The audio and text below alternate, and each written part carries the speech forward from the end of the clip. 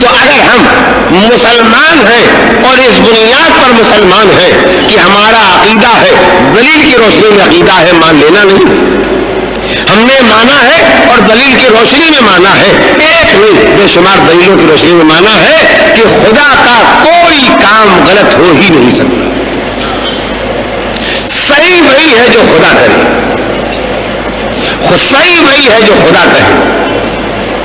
تو پھر جتنے سوالات، جتنے کوئسچن، جتنے اعتراضات، جتنے شبہات کبھی کسی بچے کے ذہن میں، کسی بیٹی کے ذہن میں، کسی بھائی کے ذہن میں، کسی بہن کے ذہن میں پیدا ہو، ان سب کو یہ سوچ کے ختم کر دینا چاہیے کہ جب یہ بات خدا سے متعلق ہے اور خدا کوئی غلطی کر ہی نہیں سکتا ہے تو یہ بات غلط ہے۔ میں یہاں پر ایک بات ابھی آپ کے سامنے کہوں گا اور وہ بات بڑی ضروری ہے، مثال کے طور پر پہلے چیز سامنے آ جائے تب مجھے دوسری بات میں کہنا چاہتا ہوں، اس کے لیے سمجھانے کے لیے جگہ آسانی کے ساتھ نکل آئے گی۔ اکثر بیشتر ہمارے بہت سے بچے اور نوجوان یہ سوال کرتے ہیں کہ جو لوگ غیر مسلم گھروں میں پیدا ہوئے، جو غیر اثنا عشری شیعہ گھروں میں پیدا ہوئے، ان کو تو سچا مذہب نہیں ملا، تو وہ جنت میں جائیں گے یا دوزخ میں جائیں گے؟ ان کو دین نہیں ملا، وہ ایسے ماں باپ کے یہاں پیدا ہوئے جہاں نہ خدا کا ذکر تھا، نہ نبی کا ذکر تھا، یا اگر تھا تو نبی خدا کا ذکر تھا، اماموں کا ذکر نہیں تھا، غرض کہ ان کو اثنا عشری جو سچا مذہب ہے وہ نہیں ملا، تو یہ جنت میں جائیں گے یا دوزخ میں جائیں گے؟ یہ سوال پیدا ہوتا ہے۔ بہت سے نوجوان اس سوال کو سوچتے ہیں، اور کیوں سوچتے ہیں؟ جہاں وہ بغیر دینی تعلیم حاصل کیے ہوئے کالجوں میں پڑھنے گئے ہیں، وہاں یہ سوال ان کے دماغ میں ڈالا جاتا ہے، تو کیونکہ سوال تو ڈالا جاتا ہے لیکن انہوں نے گھر میں یا مسجد میں یا مدرسے میں مذہب پڑھنے کی کوشش نہیں کی ہے۔ ہماری بدقسمتیوں میں سے، ہماری بدترین بدقسمتیوں میں سے بدقسمتی یہ ہے کہ ہم دین پڑھنا ہی نہیں چاہتے ہیں۔ اگر ہم نے فقط قرآن مجید کے حروف پڑھنا سیکھ لیے تو ہم سمجھتے ہیں دینی تعلیم مکمل ہو گئی۔ نہیں، ضرورت ہے دینیات پڑھنے کی، ضرورت ہے مسائل سمجھنے کی، ضرورت ہے عقائد سمجھنے کی، ضرورت ہے عقائد کو دلائل کے ساتھ سمجھنے کی۔ میں اس بات کا اعتراف کرتا ہوں، میں اس بات کا اقرار کرتا ہوں، میں اس بات کا اعلان کرتا ہوں کہ یہ مجلسیں بڑی مفید ہیں، انہوں نے ہماری قوم کو زندہ رکھا ہے، بے شک زندہ رکھا ہے، دین کو زندہ رکھا ہے، بے شک زندہ رکھا ہے، مگر اس کے ساتھ ساتھ مجھے یہ بھی کہنا ہے کہ یہ مجلسیں اکیلی کافی نہیں ہیں، یہ مجلسیں لیکچر ہیں، یہ مجلسیں تقریریں ہیں، تو تقریر کم ہوتی ہے، لیکچر کم ہوتا ہے جب لڑکا اعلیٰ درجوں میں پہنچتا ہے، اونچی تعلیم میں پہنچتا ہے۔ لیکن اگر ہم بچوں کو کبھی کتاب نہ پڑھائیں اور ہمیشہ اسکول میں وہاں بھیج دیں گریجویٹ کلاس میں جہاں لیکچر ہوتے ہیں، تو بچے کو فائدہ نہیں پہنچے گا۔ ضرورت ہوتی ہے شروع میں بچہ کتابیں پڑھے اور بعد میں لیکچر سنے، تو ویسے ضرورت ہوتی ہے مدرسوں میں، گھروں میں ہم مذہبی کتابیں پڑھیں، پھر مجلس میں آئیں تو ہم کو لیکچر سے فائدہ پہنچے۔ مجلس کی افادیت سے کوئی انکار نہیں ہے، مگر یہ سمجھ لینا کہ سارے کام مجلس سے بن جائیں گے، یہ بننے والے نہیں ہیں۔ کتنی باتیں مجلس میں بیان ہوگی، کتنے حلال و حرام مسجدوں میں مجلس میں بیان ہوں گے، کتنے واجبات مجلس میں بیان ہوں گے، جو بچ جائیں گے وہ کہاں سے معلوم ہوگی؟ تو ضرورت ہے مدرسوں کی بھی، ضرورت ہے کورس اور کتابوں کے پڑھنے کی بھی، ضرورت ہے دینی تعلیم کی حاصل کرنے کی بھی، ضرورت ہے اس دینی نصاب اور کورس کو پڑھنے کی کہ ہمارے بچے کو معلوم ہو جائے ہم کیا مانتے ہیں اور کیوں مانتے ہیں، ہمارے بچوں کو معلوم ہو جائے کہ ہماری ذمہ داریاں کیا ہیں، تو وہ بات کہیں سے کہیں نکل جائے گی۔ میں آپ کی خدمت میں یہ عرض کرنا چاہتا تھا کہ ہمارا بچہ اسکول اور کالج میں گیا ہے دینی تعلیم حاصل کیے بغیر، لہذا اس سے یہ کہا گیا کہ تم اثنا عشری شیعہ ہو کے یہی کہتے ہو کہ جنت میں فقط اثنا عشری شیعہ جائے گا، تو جن کو تمہارے مذہب کا پتہ نہیں لگا ہے ان کے لیے کیا ہوگا؟ وہ وہاں سے ایک شک لے کے آیا، وہاں سے ایک شبہ لے کر کے آیا، وہ وہاں سے ایک سوال لے کر کے آیا، برا نہ مانیے گا۔ اس نے آ کے جب باپ سے کہا، جب باپ سے کہا کہ ایسا شبہ ہمارے سامنے آیا ہے، ایسا سوال ہمارے سامنے آیا ہے، تو باپ بھی تین طرح کے ہیں۔ ایک تو وہ ہے جو فقط باپ ہے،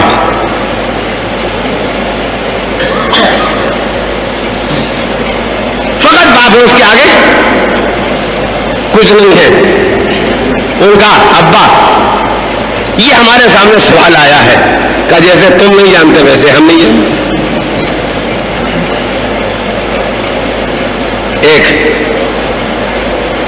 دوسرے کون ہیں؟ دوسرے وہ ہیں کہ اپنے خیال میں مسلمان ہیں، مسلمان ہیں، میں ایک سفر جان بوجھ کے کہنے جا رہا ہوں، مسلمان ہیں مگر جاہل مسلمان ہیں۔ یہ نہیں ہے کہ ان کے پاس کوئی ڈگری نہیں ہے،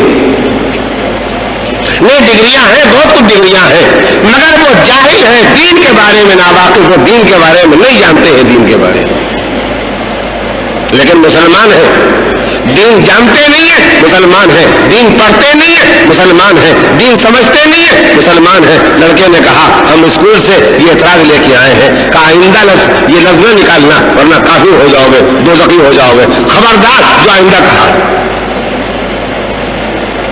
تو میں آپ کی خدمت میں کرنا چاہتا ہوں کہ نیچے جب آگ جل رہی ہے اور پتیلے میں پانی کھول رہا ہے، اگر آپ اس کے ڈھکن کو مضبوطی کے ساتھ بند کر دیں گے تو صرف اتنا ہی ہوگا کہ تھوڑی دیر بھاپ نہیں نکلے گی، ایسا تو نہیں ہے پانی ٹھنڈا ہو جائے گا،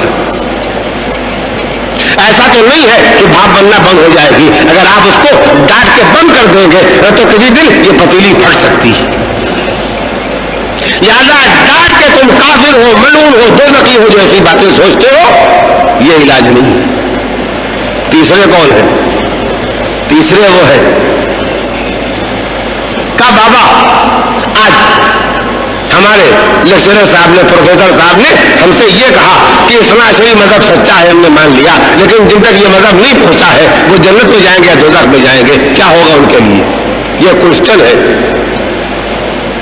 کہ بس مذہب پالتے رہو، اس لیے کہ تمہارے 18 سال کے کالج میں جا گئے ہو اور یہ کوشچن لائے ہو۔ ہم جب 18 سال کے تھے تب سے ہمارے سامنے یہ کوشچن ہے اور یہ ہر بار نہیں ہوگا، بس رہن دو ایسے ہی، مذہب پالتے رہو، اپنا سائن کافی ہے۔ تو معلوم کیا ہوا؟ یہ وہ مسلمان ہیں جو اسلام کو مانتے ہیں مگر نہیں مانتے ہیں۔ تو جب یہ خود ہی مسلمان نہیں ہے جیسا مسلمان ہونا چاہیے تو پھر اپنی اولاد کو کیسا بنائیں گے؟ تو میں اس سلسلے میں آپ کی خدمت میں ایک گزارش کرنا چاہتا ہوں کہ کبھی کسی سوال کرنے والے کو سوال کرنے کی بنیاد پر نہ ڈانٹیے۔ یعنی جو بات میں کہنا چاہتا ہوں اسے پوری توجہ اور پورے دھیان کے ساتھ سنیں۔ شک پیدا ہونا کوئی بری بات نہیں، شبہ پیدا ہونا کوئی بری بات نہیں، دماغ میں سوالات کا پیدا ہونا کوئی بری بات نہیں۔ کیوں؟ اس لیے کہ شک جب مٹتا ہے تبھی یقین پیدا ہوتا ہے، شبہ جب ظاہر ہوتا ہے تبھی اطمینان پیدا ہوتا ہے، سوال کا جب جواب ملتا ہے تبھی سوال مٹتا ہے۔ تو اگر ہر رات کی صبح کا نام صبح ہے، جب اندھیرا ختم ہو جاتا ہے اور اجالا پیدا ہو جاتا ہے تو ہر یقین سے پہلے شبہ بھی ہوتا ہے، ہر اطمینان سے پہلے شک بھی ہوتا ہے۔ اس رات کو دور کیجیے تاکہ یقین کی صبح پیدا ہو جائے، ایمان کی صبح پیدا ہو جائے۔ اور اس کا راستہ ہے دین سمجھنا، اس کا راستہ ہے دین کو ٹھیکے پر نہ دے دینا بلکہ دین کی خود تعلیم حاصل کرنا، دین کو خود سمجھنا، اور دین کو خود سمجھتے وقت اپنے کو سمجھنے کے لیے کافی نہ سمجھنا۔ ہم جو سمجھ بیٹھے ہیں یہ صحیح ہے، یہ بھی ایک بڑی ناسمجھی ہوتی ہے۔ صحیح وہی ہے جو خدا نے کہا ہے، جو نبی نے کہا ہے، جو امام نے کہا ہے۔ ہم تک وہ بات پہنچی ہے کہ نہیں پہنچی ہے؟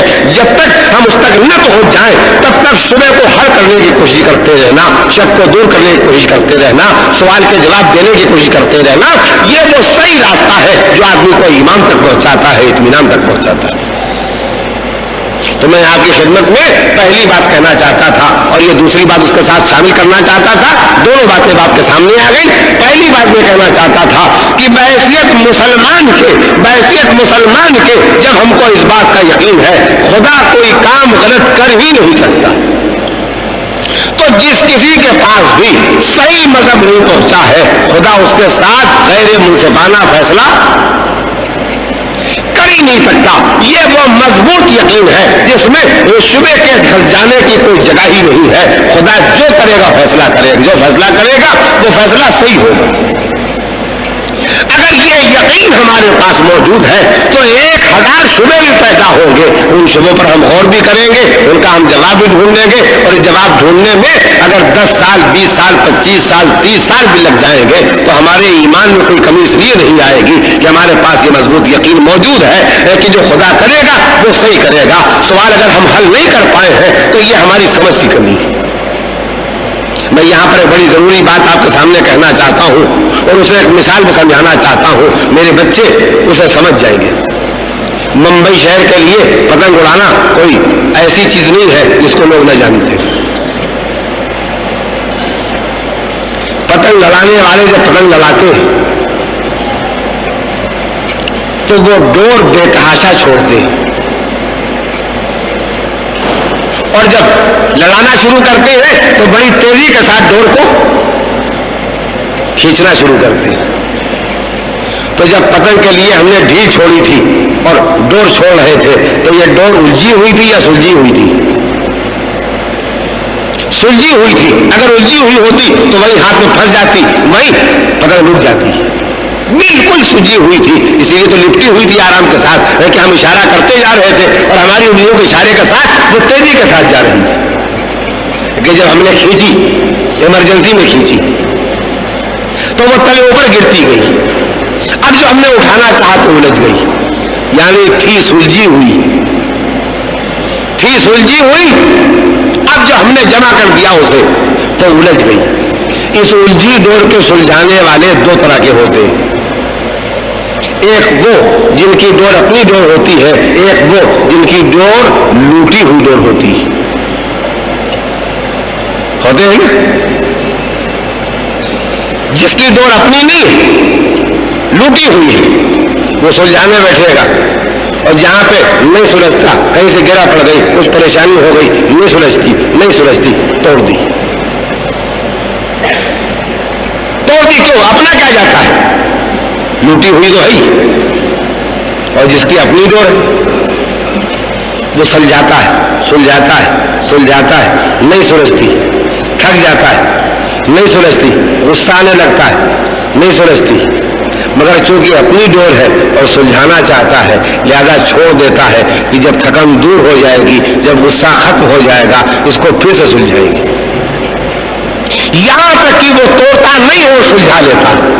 بس تو میرے عزیزوں, جب ہم کو یہ یقین ہے کہ خدا کوئی کام غلط کر ہی نہیں سکتا ہے, نبی کوئی بات غلط پیش ہی نہیں کر سکتے ہیں, تو اگر 1 نہیں 1 لاکھ سوال اور شبے بھی ہمارے سامنے پیدا ہوتے ہیں تو ایمان اپنی جگہ پر باقی ہے. اب ہمارے پاس وقت ہے کہ ہم اسے سمجھیں, پوچھنے سمجھانے والوں سے پوچھیں, 1 مرتبہ سمجھ میں نہ آئے 1 لاکھ مرتبہ سمجھیں, اور جب تک سمجھ میں نہ آئے سمجھتے رہیں, لیکن کبھی الجھ کے توڑ نہ دے عقیدے کو, سمجھنے کے لیے اٹھا رکھے. کبھی جھلا کے غصے میں آ کے عقیدے کی ڈور کو توڑ نہیں دینا چاہیے. لوٹا ہوا دین ہے تو توڑ دو, اور اپنا دین ہے تو کیسے توڑو. میں اس کے بعد آپ کے سامنے پھر کہنا چاہتا ہوں کہ صحیح انصاف اپنے اسلام کے ساتھ یہی ہے کہ ہمارے سوچنے کا انداز اسلامی ہو. اسلامی کیا ہے؟ خدا کوئی کام غلط کر ہی نہیں سکتا. لہذا اگر کسی تک دین نہیں پہنچا ہے, اسلام نہیں پہنچا ہے, اسلام شریف مذہب نہیں پہنچا ہے, تو خدا اس کے ساتھ انصاف کرنے والا ہے, بے انصافی کرنے والا نہیں ہے. یہ وہ یقین ہے جس یقین میں کہیں سے ہم کو کوئی پریشانی نہیں. اب میرے بچے چاہیں گے, میری بیٹیاں میری بہنیں چاہیں گی کہ اس مسئلے کو میں حل بھی کر دوں تاکہ یہ اطمینان ہو جائے کہ جن تک صحیح مذہب اگر نہیں پہنچے گا تو ان کے لیے کیا ہوگا. مگر میں دیر لگا رہا ہوں, اور ایسا نہیں ہے کہ بغیر ارادے کے دیر لگا رہا ہوں, جان بوجھ کے دیر لگا رہا ہوں.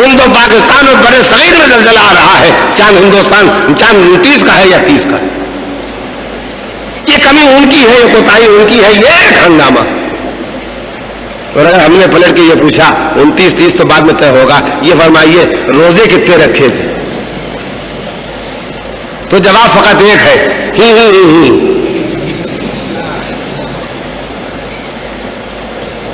یعنی پوری بحث میں دانت نکال دیے. بھائی چاند 29 کا ہوگا یا 30 کا ہوگا، نماز عید آپ 30 کو پڑھیں گے یا 29 کو پڑھیں گے، غیبت امام میں تو وہ بھی سنت ہے. مسئلہ صرف یہ ہے کہ عید کا دن ہے تو روزہ نہیں رکھنا ہے، اور آپ نے تو ماشاءاللہ پورے مہینے ہی رکھا ہے، تو ایسے ہو کیا پریشانی. لیکن ایک ہنگامہ ہے، ارے صاحب اس مذہب میں رکھا ہی کیا ہے، عید تک نہیں طے ہو سکتی. یہ اس کے لیے ہنگامہ تو ہم بتا دیں. عید کو اگر ہم مذہبی چیز مانتے ہوتے تو ہنگامہ نہیں ہوتا. عید تیوہار ہے، تیوہار. یہ سارا ہنگامہ عید کی روحانیت کے لیے نہیں ہے، عید کی اسلامیت کے لیے نہیں ہے، عید کے تیوہار ہونے کے لیے. تو بات کہیں سے کہیں چلی جائے گی. اور میں آپ کی خدمت میں جو چیز عرض کرنا چاہتا تھا وہ یہ کہ میں نے ابھی تک سوال کا جواب نہیں دیا ہے، جان بوجھ کے نہیں دیا ہے، اس لیے نہیں دیا ہے کہ اگر دماغ میں یہ سوال پیدا ہوتا ہے تو ہمیں پہلے تو یہ غور کرنا چاہیے کہ اور جو ضروری مسائل ہیں وہ ہم نے طے کر لیے ہیں، تب اس میں وقت خرچ کریں.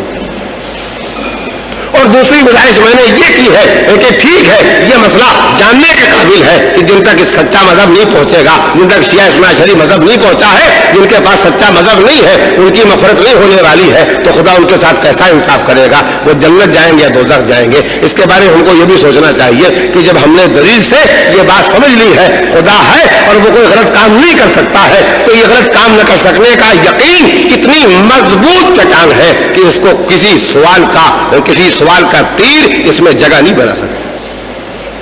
اگر 10 سال تک جواب نہ ملے تب بھی ہمارے یقین میں فرق نہیں آنا چاہیے. ایک طرف میں نے یہ باتیں کہی ہیں اور دوسری طرف میں نے یہ بات بھی کہی ہے کہ اگر کسی کے ذہن میں کوئی سوال آتا ہے تو اس سوال کو بیان کرنے کی ہمت دلانا چاہیے، اس کے پوچھنے کا موقع دینا چاہیے. اس کا جواب اگر ایک مرتبہ نہیں ملے تو 100 مرتبہ پوچھنے میں کوئی قباحت نہیں ہے. یہاں ڈانٹنا نہیں چاہیے، یہاں ڈپٹنا نہیں چاہیے، یہاں بٹھا نہیں دینا چاہیے. ہر چیز میں میانہ روی اور اعتدال کے ساتھ کام کرنا چاہیے. اب آپ کی خدمت میں جواب بھی اس کے دیتا ہوں. اس جواب میں میرا کچھ نہیں ہے، میرا ایک لفظ نہیں ہے. یہ جواب وہ ہے جو معصوم علیہ السلام نے عنایت فرمایا ہے. اور کیا کوئی ذاکر کوئی بات بیان کرے گا؟ ہمارے پاس کیا ہے؟ کچھ نہیں ہے. ہمارے پاس تو وہ ہماری جھولی میں پڑی ہوئی تھوڑی سی بھیک ہے جو باب مدینہ علم سے ملی.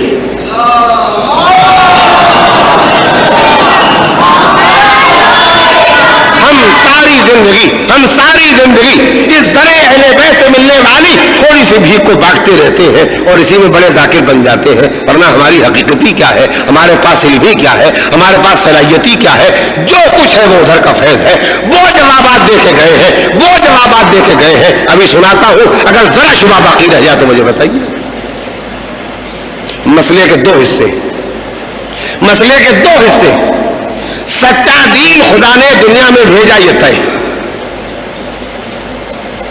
سچا دین دنیا میں خدا نے بھیجا، یہ طے ہے.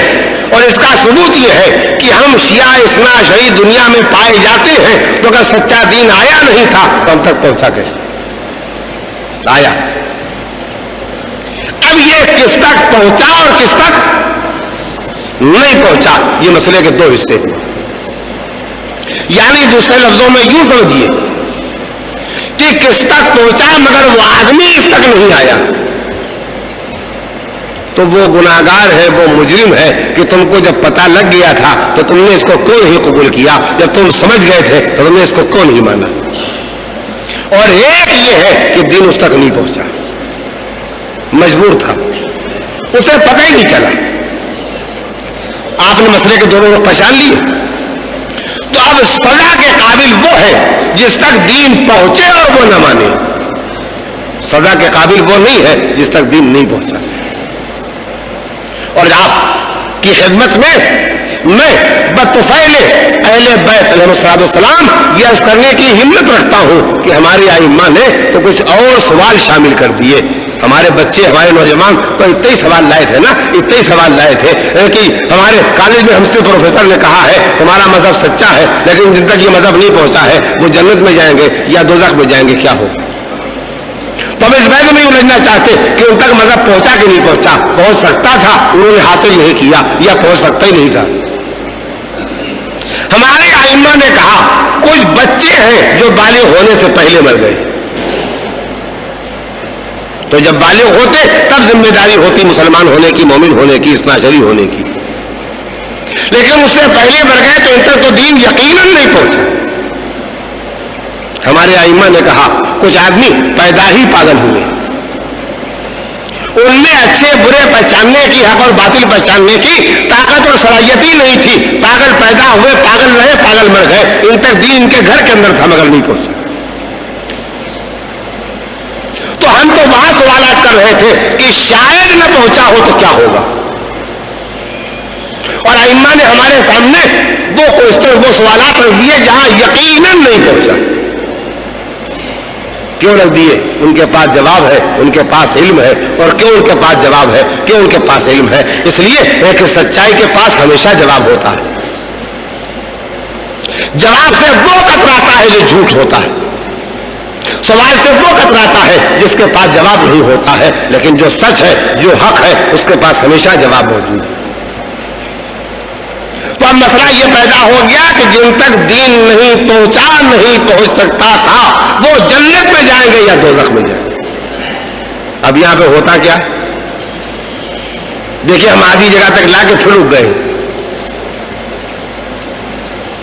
یہ دادر تک گاڑی آ گئی ہے، پھر آگے نہیں بڑھ رہی، وہ فقط اس لیے کہ میں آپ کو اس صورتحال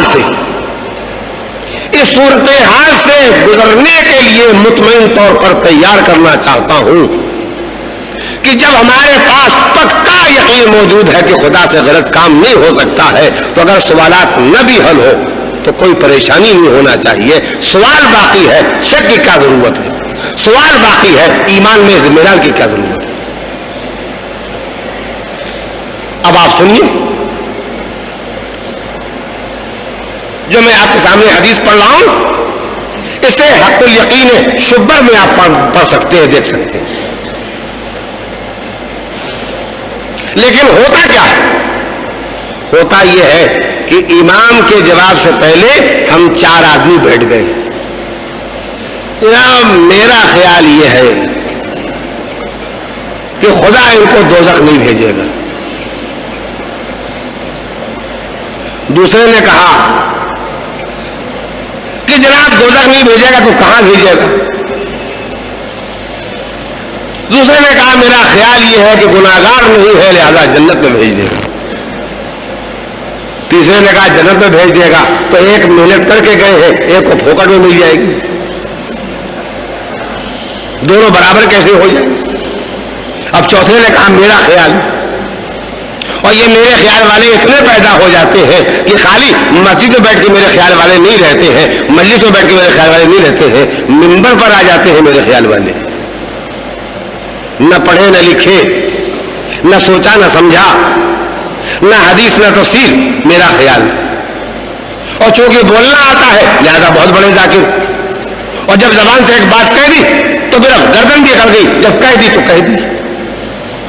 علم کیا ہے؟ سچائی کیا ہے؟ اگر غلط کہا ہے تو 1000 مرتبہ کہہ کے بھی کہنا ہے کہ غلط کہا ہے، اور اگر صحیح کہا ہے تو 1000 مرتبہ کہہ کے بھی کہنا ہے کہ صحیح کہا ہے۔ تو میرے خیال کا حق نہ کسی مومن کو ہے، نہ کسی پیش نماز کو ہے، نہ کسی ذاکر کو ہے، اور میں جب بات کرتا ہوں تو کسی کو چھوڑ کر کے بات نہیں کرتا ہوں، جو کہ جو خیال پیدا ہو جائے کہ جی ہمیں کہتے ہیں انہیں نہیں کہتے ہیں، نہیں سب سے پہلے اپنے کو کہتے ہیں،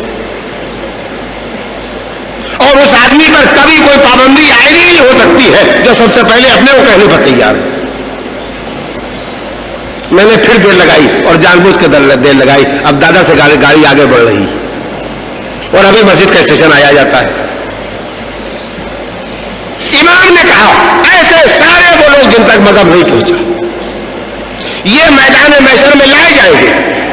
اب میدان محشر میں تو پہچانے میں دیر نہیں لگے گی، جنت بھی سامنے ہے، دوزخ بھی سامنے ہے۔ جن کا حساب و کتاب ہو رہا ہے، جو جنت میں جا رہے ہیں ان کو بھی دیکھ رہے ہیں، جو دوزخ میں جا رہے ہیں ان کو بھی دیکھ رہے ہیں. یعنی دین کے سمجھنے میں جو کچھ مدت وقت محنت صرف ہو سکتی ہے وہ بغیر کچھ صرف کیے ہوئے سامنے دین سمجھ میں آ جائے گا. تو جتنے پاگل پیدا ہوئے وہ عقل مند بنا کے لائے جائیں گے، جتنے بچے مر گئے ان کو جوان بنا کے لایا جائے گا، جتنوں تک دین نہیں پہنچا ان کو لایا جائے گا. خدا کو پہچان لیں گے، نبی کو پہچان لیں گے، اماموں کو پہچان لیں گے، سب کو دیکھ کے پہچان لیں گے، جنت دوزخ دیکھ کے پہچان لیں گے. اب دین سمجھنے میں تو دیر نہیں لگی. توجہ چاہیے. امام نے کہا اس کے بعد خدا ان سے پوچھے گا تم مجھے خدا مانتے ہو؟ تو سب کا ایک ہی جواب ہوگا بے شک مانتے. اب کوئی شک ہی نہیں.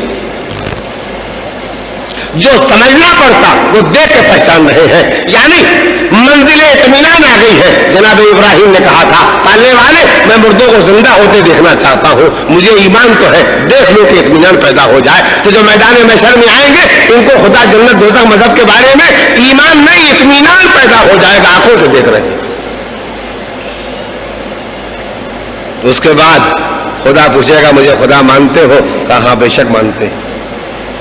تو ملائکہ کو حکم دیا جائے گا وہ دوزخ کے بہت سے کور، بہت سے ڈھکن میں سے ایک ہول پر سے ایک کور، ایک ڈھکن ہٹائیں گے. اور جیسے ہی وہ ڈھکن ہٹے گا ویسے ہی جو آگ کے شعلے نکلیں گے تو جہاں تک آدمی دیکھ سکتا ہے وہاں تک شعلے آگ ہی آگ دکھائی دے رہی ہے. دوزخ زمین سے آسمان تک دکھائی دے رہا، آگ ہی آگ، آگ ہی آگ، آگ ہی آگ. خدا نے کہا مجھے خدا مانتے ہو؟ کہا بے شک مانتے. یہ سب وہیں تک دین نہیں پہنچا. مانتے ہو؟ کہا بے شک مانتے.